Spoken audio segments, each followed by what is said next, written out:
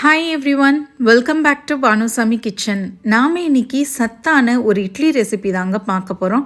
இந்த இட்லி ரெசிபியோடைய நன்மைகள் தெரிஞ்சால் நீங்கள் கண்டிப்பாக இதை விடவே மாட்டீங்க. அந்த அளவுக்கு நிறைய சத்துக்கள் உள்ள இட்லிங்க. கேழ்வரகும் கருப்பு கவுனி அரிசியும் வச்சு ஒரு சூப்பரான இட்லி தாங்க நம்ம செய்ய போகிறோம். இதோடைய நன்மைகள் தெரிஞ்சால் நீங்கள் கண்டிப்பாக இந்த இட்லியை டெய்லி செய்வீங்க. அந்த அளவுக்கு ரொம்பவே ஹெல்த்தியான ஒரு ரெசிபி. வெயிட் லாஸ்லாம் பண்ணோன்னு நினைக்கிறவங்க கண்டிப்பாக இதை நீங்கள் சேர்த்துக்கோங்க. வாங்க இதை எப்படி செய்யலான்றதை பார்ப்போம். வீடியோக்குள்ளே போகிறதுக்கு முன்னாடி மறக்காமல் சப்ஸ்கிரைப் பண்ணுங்கள் அண்ட் பெல் ஐக்கானை கிளிக் பண்ணுங்கள். ஒரு பாத்திரம் எடுத்துக்கோங்க. இதில் 1.5 கப் அளவுக்கு கேழ்வரகு சேர்த்துக்கோங்க. நீங்கள் எந்த கப்பில் கேழ்வரகு அளந்தீங்களோ அதே கப்பில் தான் கருப்பு கவுனி அரிசியும் அளக்கணுங்க. கடைசி வரைக்கும் அந்த கப்பை யூஸ் பண்ணுங்கள். 3/4 கப் அளவுக்கு கருப்பு கவுனி அரிசி எடுத்துக்கோங்க. இது தாங்க கருப்பாக இருக்குங்க. அரிசி பார்த்தாலே உங்களுக்கு தெரியும். இந்த அரிசியில் அந்த அளவுக்கு மருத்துவ குணங்கள் ஜாஸ்தியாக இருக்குங்க.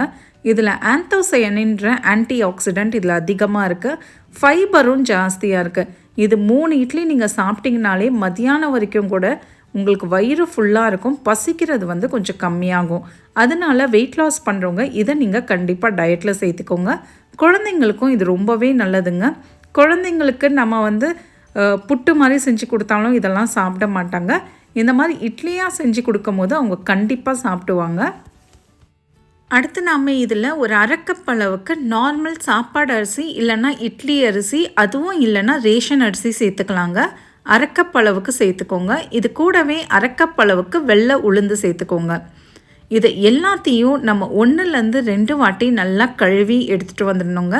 கேழ்வரகுல பார்த்திங்கன்னா உங்களுக்கு அந்தளவுக்கு ஐரன் சத்து இருக்குது.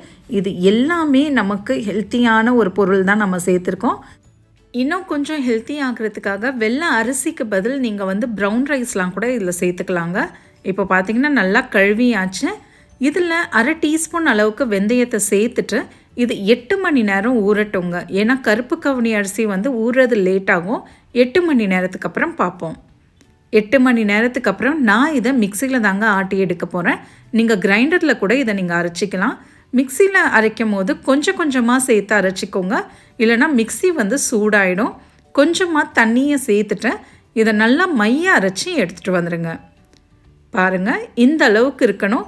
கிரைண்டரில் ஆட்டும் போது இன்னும் உங்களுக்கு ஸ்மூத்தாக கிடைக்கும். பாருங்கள், கையில் எடுத்து பார்த்திங்கன்னா நல்லா ஸ்மூத்தாக இருக்கணுங்க. இதே மாதிரி எல்லா மாவையும் கொஞ்சம் கொஞ்சமாக போட்டு அரைச்சி எடுத்துகிட்டு வந்துடுங்க. இப்போ பார்த்திங்கன்னா நான் எல்லா மாவும் அரைச்சி எடுத்துகிட்டு வந்துட்டேன். தண்ணி ஜாஸ்தி ஊற்ற வேணாங்க. தேவையான அளவுக்கு தண்ணியை சேர்த்து மட்டும் அரைச்சா போதும். இதை நல்லா கையால் இந்த மாதிரி கலந்து விட்டுருங்க. கையால் கலந்து விட்டு இப்போ நாம் இதை புளிக்க வைக்கலாங்க. மூடியை போட்டு நான் நைட்டு ஃபுல்லாக அப்படியே வச்சுட்டேன். ஒரு 10 மணி நேரம் இது அப்படியே இருக்கட்டும்ங்க. அடுத்த நாள் காலையில் நம்ம பார்ப்போம்.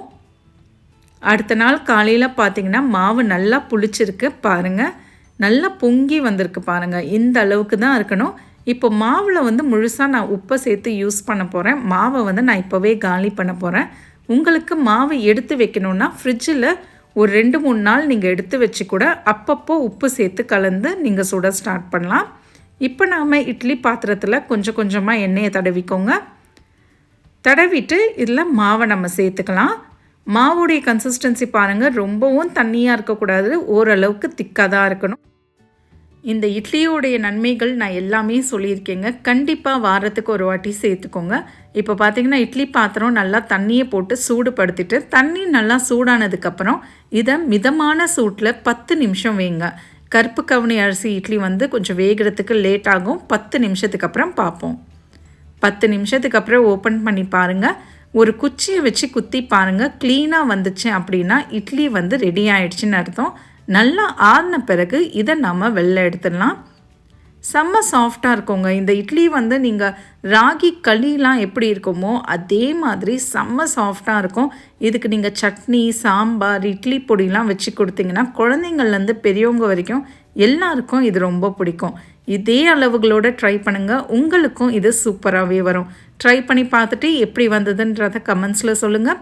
மறக்காமல் சப்ஸ்கிரைப் பண்ணுங்கள் அண்ட் பெல் ஐக்கானை கிளிக் பண்ணுங்கள். இன்னொரு வீடியோவில் உங்கள் எல்லாரையும் பார்க்குறேன். தேங்க்யூ ஃபார் வாட்சிங்.